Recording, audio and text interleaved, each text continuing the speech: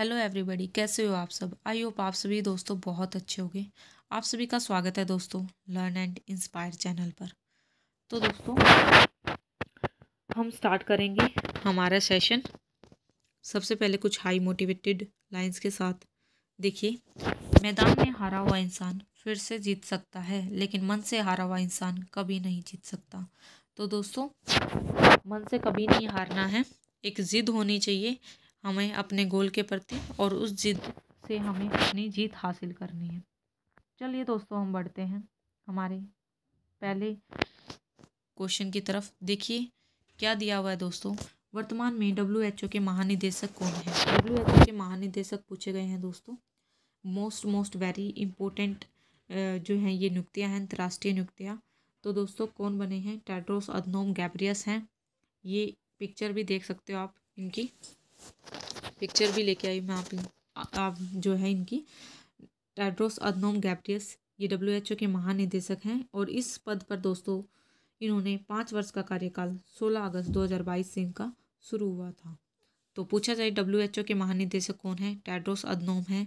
इसके साथ साथ दोस्तों आपको इनकी गठन भी पता होना चाहिए, इनकी स्थापना कब हुई थी। तो दोस्तों इसकी स्थापना WHO की स्थापना 1948 में हुई थी, ये भी आपको ध्यान रखना है। चलिए दोस्तों हम बढ़ेंगे हमारे अगले पर्सन की तरफ। देखिए हमारी अगली नियुक्ति क्या है। हमारी अगली नियुक्ति है, वर्तमान में विश्व बैंक के प्रधान कौन नियुक्त हुए हैं। तो दोस्तों वर्तमान में विश्व बैंक के प्रधान कौन नियुक्त किए गए हैं।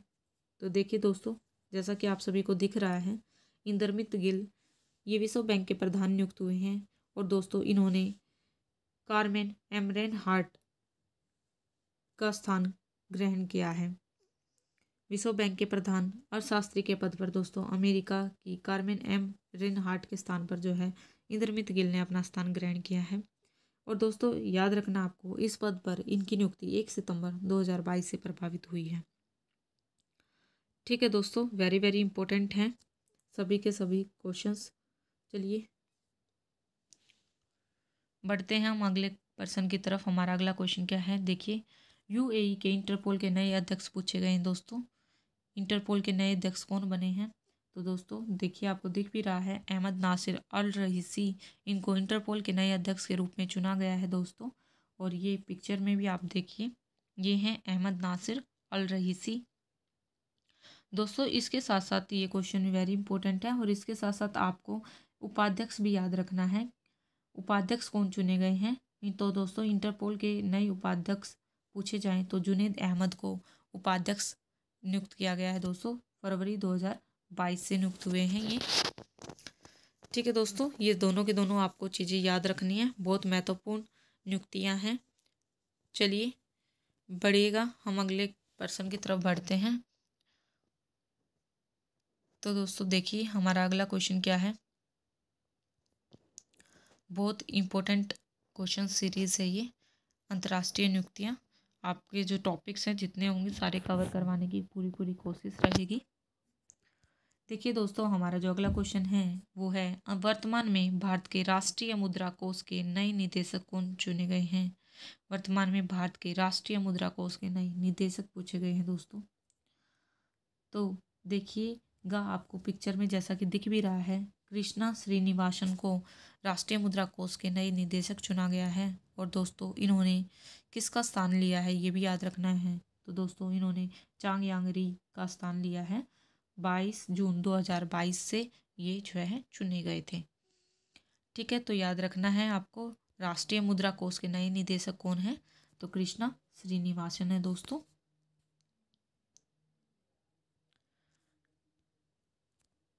ठीक है दोस्तों, आई होप आपको समझ आ रहा होगा। हम बढ़ेंगे हमारे अगली नियुक्ति की तरफ। देखिए वेरी वेरी इंपॉर्टेंट है दोस्तों, स्टार मार्क कर लीजिएगा। ये अभी काफ़ी पेपर्स में भी पूछने वाली है, और आगे भी आने वाले सभी पेपर्स के लिए इम्पोर्टेंट है। पूछा गया है, पाकिस्तानी सर्वोच्च न्यायालय में पहली बार एक महिला न्यायाधीश की नियुक्ति की गई है। तो दोस्तों महिला न्यायाधीश कौन बनी है पाकिस्तानी सर्वोच्च न्यायालय में। तो देखो आपको दिख भी रहा है, आयशा मलिक जी को पाकिस्तानी सर्वोच्च न्यायालय में पहली बार महिला न्यायाधीश की नियुक्ति हुई है। इसके साथ साथ दोस्तों आपको ये भी याद रखना है इन्होंने अपना स्थान कब से ग्रहण किया है। तो 24 जनवरी 2022 को इन्होंने शपथ ली थी। तो वेरी वेरी इंपॉर्टेंट क्वेश्चन बनता है दोस्तों ये, इसको स्टार मार्क कर लीजिएगा। पाकिस्तानी सर्वोच्च न्यायालय में पहली बार एक महिला न्यायाधीश की नियुक्ति, तो दोस्तों आयशा मलिक इनका सही आंसर है। चलिए हम बढ़ेंगे हमारे अगली नियुक्ति की तरफ। तो देखिए दोस्तों हमारी अगली नियुक्ति है बहुत ज़्यादा इम्पोर्टेंट है, यूरोपियन कमीशन के अध्यक्ष पूछा गया है। तो दोस्तों यूरोपियन कमीशन के अध्यक्ष कौन है, देखिए आपको पिक्चर में भी दिख रहा होगा। तो यूरोपियन कमीशन के अध्यक्ष दोस्तों उर्सुला वॉन डेर लेयन बना दिया गया है। यूरोपियन कमीशन के अध्यक्ष बनी है उर्सुला वॉन डेर लेयन। दोस्तों इन्होंने किसका स्थान ग्रहण किया है, इन्होंने दोस्तों जीन क्लाउडे के स्थान पर उर्सुला वॉन ने यूरोपियन कमीशन के अध्यक्ष का जो है कार्यभार संभाला है। इसके साथ साथ दोस्तों आपको याद रखना है ये 21 वर्षीय हैं मात्र, और इसके साथ साथ दोस्तों इन्होंने 1 दिसंबर 2019 से कार्यभार संभाला था। ठीक है दोस्तों, आई होप आपको समझ आ रहा होगा। सारे के सारे क्वेश्चंस बहुत ज़्यादा इंपॉर्टेंट लेके आई हूँ। ये सारी की सारी दोस्तों आपकी अंतर्राष्ट्रीय नियुक्तियाँ हैं। इसके बाद आपकी कुछ महत्वपूर्ण नियुक्तियाँ और लेके आऊँगी, जिसके अंदर आपकी न्यायिक नियुक्तियाँ भी होंगी, राष्ट्रीय नियुक्तियाँ भी होंगी, और इसके साथ साथ दोस्तों सैन्य नियुक्तियाँ भी होंगी। वो आपकी एक अलग से वीडियो में मैं आपकी सारी की सारी नियुक्तियाँ लेके आऊँगी। आज के वीडियो में हमारी अंतर्राष्ट्रीय नियुक्तियों को ख़त्म करेंगे जो अभी लेटेस्ट में आपकी वर्तमान में हैं। ठीक है दोस्तों, नाउ बढ़िएगा, हम बढ़ते हैं अगले प्रश्न की तरफ। हमारा अगला क्वेश्चन है Asian infrastructure investment bank AIIB के उपाध्यक्ष कौन नियुक्त किए गए हैं। तो दोस्तों एशियन इंफ्रास्ट्रक्चर इन्वेस्टमेंट बैंक के उपाध्यक्ष कौन हैं, तो देखिए दोस्तों उर्जित पटेल जी को एशियन इंफ्रास्ट्रक्चर इन्वेस्टमेंट बैंक के अध्यक्ष नियुक्त किया गया है। ये आपको पिक्चर में भी दिख रहा होगा, ये उर्जित पटेल जी हैं। दोस्तों ये भारतीय रिजर्व बैंक RBI के पूर्व गवर्नर भी रहे हैं, और दोस्तों इन्होंने DJ पांडे ऑन का स्थान लिया है।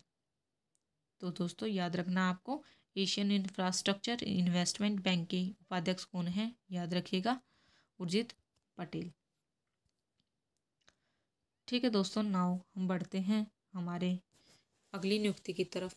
तो देखिएगा दोस्तों हमारी अगली नियुक्ति क्या है, फेडरल रिजर्व बैंक के चेयरपर्सन कौन बने हैं। तो दोस्तों ये भी याद रखना है फेडरल रिजर्व बैंक के चेयरपर्सन कौन है। तो दोस्तों इनका आंसर है जेरोम पावेल। तो दोस्तों जेरोम पावेल जी फेडरल रिजर्व बैंक के चेयरपर्सन नियुक्त हुए हैं। और दोस्तों इसके साथ साथ आपको वेरी वेरी मोस्ट इम्पोर्टेंट ये भी याद रखना है इन्होंने किनका स्थान लिया है। तो इन्होंने दोस्तों जेनेट येलेन का स्थान लिया है, जो कि 3 फरवरी 2018 को उनका समाप्त हुआ था स्थान, और उनके स्थान पर दोस्तों जेरोम पावेल ने फेडरल रिजर्व बैंक के चेयरपर्सन का स्थान ग्रहण किया है। ठीक है दोस्तों, नाउ बढ़ते हैं हम हमारे अगले प्रश्न की तरफ। देखिएगा हमारा अगला क्वेश्चन क्या है। देखिए दोस्तों हमारी अगली नियुक्ति है मोस्ट इम्पोर्टेंट नियुक्ति है। देखिए पूछा गया है यूरोपीय केंद्रीय बैंक के अध्यक्ष कौन बने हैं, यूरोपीय केंद्रीय बैंक के अध्यक्ष कौन बने हैं। तो देखिएगा दोस्तों इनका जो आंसर है वो है क्रिस्टिन लगार्डे, ये यूरोपीय केंद्रीय बैंक की अध्यक्ष बनी हैं। इसके साथ साथ दोस्तों आपको याद रखना है इस पद पर इटली के मारिया ड्रागी जो 1 नवंबर 2011 से इस पद पर थे, उनका स्थान जो है दोस्तों क्रिस्टिन लगार्डे ने ले लिया है। और दोस्तों ये भी याद रखना है ये वर्ष 2019 से चुनी गई हैं। ठीक है दोस्तों, बहुत ज़्यादा इम्पोर्टेंट क्वेश्चंस हैं, ये सारी की सारी नियुक्तियाँ बहुत इंपॉर्टेंट है आपके आने वाले एग्ज़ाम्स के लिए। इसके साथ साथ 2022 के जो भी लेटेस्ट पेपर्स हुए हैं अभी CHSL और SSC MTS की जो भी वैकेंसी आई हैं उनके लिए भी बहुत इंपॉर्टेंट है। ये आपके पीछे भी आए हुए हैं अभी 2022 में जो हुए थे दोस्तों CGL में। इसके साथ साथ आने वाले एग्ज़ाम्स के लिए काफ़ी इंपॉर्टेंट नियुक्तियाँ हैं, आपको सारी की सारी नियुक्तियाँ करनी हैं, लेटेस्ट हैं दोस्तों। पूछा गया है वर्तमान में नाटो के महासचिव कौन हैं। तो दोस्तों नाटो के महासचिव कौन हैं ये भी आपको याद रखना है। तो दोस्तों इनका जो आंसर है वो है जेंस स्टोलनबर्ग, ये दो है दोस्तों नाटो के महासचिव हैं। इसके साथ साथ दोस्तों आपको नाटो की फुल फॉर्म भी पता होनी चाहिए। तो नाटो की जो फुल फॉर्म है दोस्तों वो है नॉर्थ अटलांटिक ट्रीटी ऑर्गेनाइजेशन। और दोस्तों ये भी पता होना चाहिए जेंस स्टोल्टेनबर्ग ने किनका स्थान ग्रहण किया है। तो दोस्तों इन्होंने एंडर्स फॉग रासमुसेन का स्थान लिया है और ये 13वें महासचिव बने दोस्तों नाटो के। तो मोस्ट इम्पोर्टेंट क्वेश्चन है आपका आने वाले पेपर्स के लिए। वर्तमान में नाटो के महासचिव पूछे जाएं तो Jens Stoltenberg is the right answer दोस्तों। नाउ हम बढ़ते हैं हमारे अगले पर्सन की तरफ। तो देखिएगा दोस्तों हमारा अगला जो नियुक्ति है वो क्या है। हमारी अगली नियुक्ति है वर्तमान में संयुक्त राष्ट्र महासभा के 77वें सत्र के लिए अध्यक्ष को निर्वाचित किया गया है। तो दोस्तों पूछा गया है संयुक्त राष्ट्र महासभा के 77वें सत्र के लिए अध्यक्ष निर्वाचित। तो दोस्तों कौन अध्यक्ष निर्वाचित हुए हैं देखिएगा। देखिए कसाबा कोरोसी को संयुक्त राष्ट्र महासभा के 77वें स्तर के अध्यक्ष निर्वाचित किया गया है। इसके साथ साथ दोस्तों आपको ये भी याद होना चाहिए कि हाँ अभी 76वें जो स्तर के अध्यक्ष थे इन्होंने अब्दुल्ला साइद का स्थान लिया है। और दोस्तों ये 7 जून 2022 को निर्वाचित हुए हैं।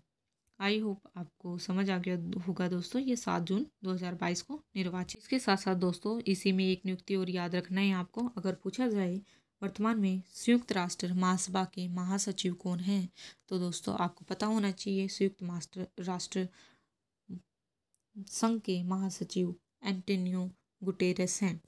ठीक है दोस्तों, एंटोनियो गुटेरेस, ये भी आपको याद रखना है, एंटोनियो गुटेरेस।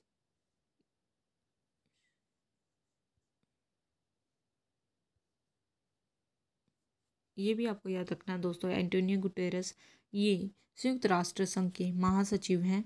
और दोस्तों संयुक्त राष्ट्र संघ के 193 सदस्य हैं, ये भी आपको याद रखना है। ठीक है दोस्तों, चलिएगा हम बढ़ेंगे हमारी अगली नियुक्ति की तरफ। बहुत ज़्यादा इम्पोर्टेंट नियुक्तियाँ हैं, ये सारी आपको करनी है।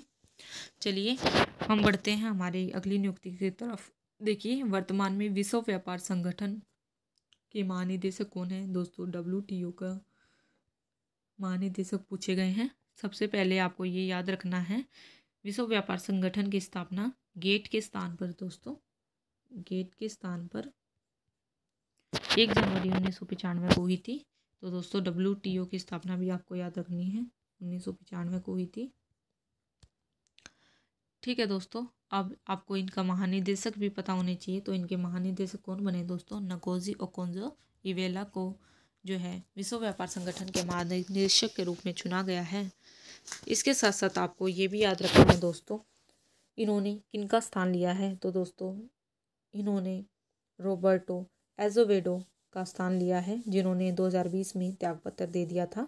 और उनका स्थान दोस्तों नाइजीरिया मल की अमेरिकी अर्थशास्त्री ओकोंजो इवेला ने लिया है। बहुत इम्पोर्टेंट क्वेश्चन दोस्तों ये आपको स्टार मार्क करना है।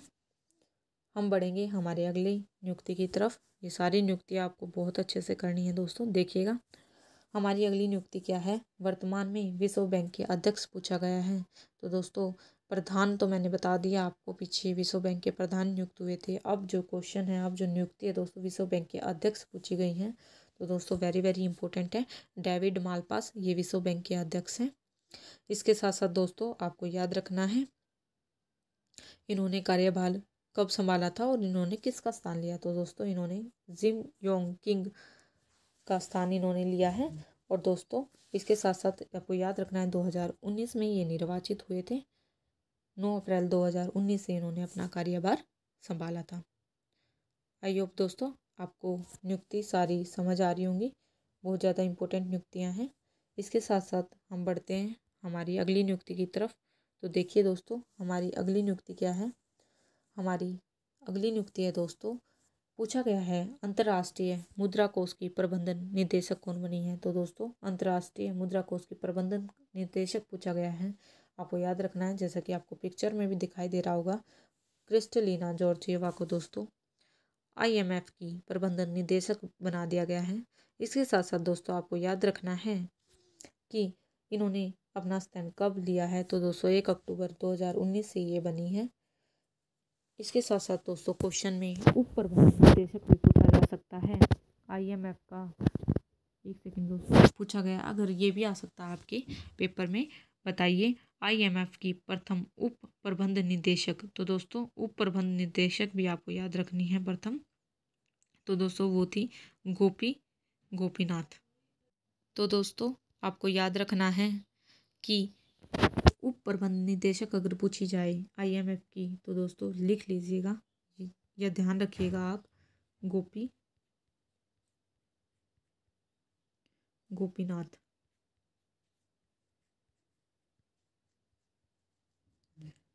तो दोस्तों ये उप प्रबंध निदेशक हैं IMF की।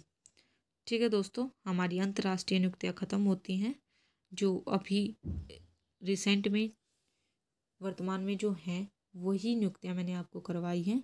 इसके साथ साथ दोस्तों जो भी चीज़ें बदलती रहेंगी वो मैं आपको बताती रहूँगी अपनी वीडियोज़ में। और दोस्तों हम अगली वाली जब वीडियो करेंगे तो उसमें और सारी जितनी भी महत्वपूर्ण नियुक्तियाँ बनेंगी, आपकी न्यायिक नियुक्तियाँ हो गई, राष्ट्रीय नियुक्तियाँ होगी, और सारी हर तरीके की नियुक्तियाँ को हम पूरा करेंगे। ठीक है दोस्तों, हम मिलेंगे हम अगले लेक्चर के अंदर अपने। Thank you so much everyone.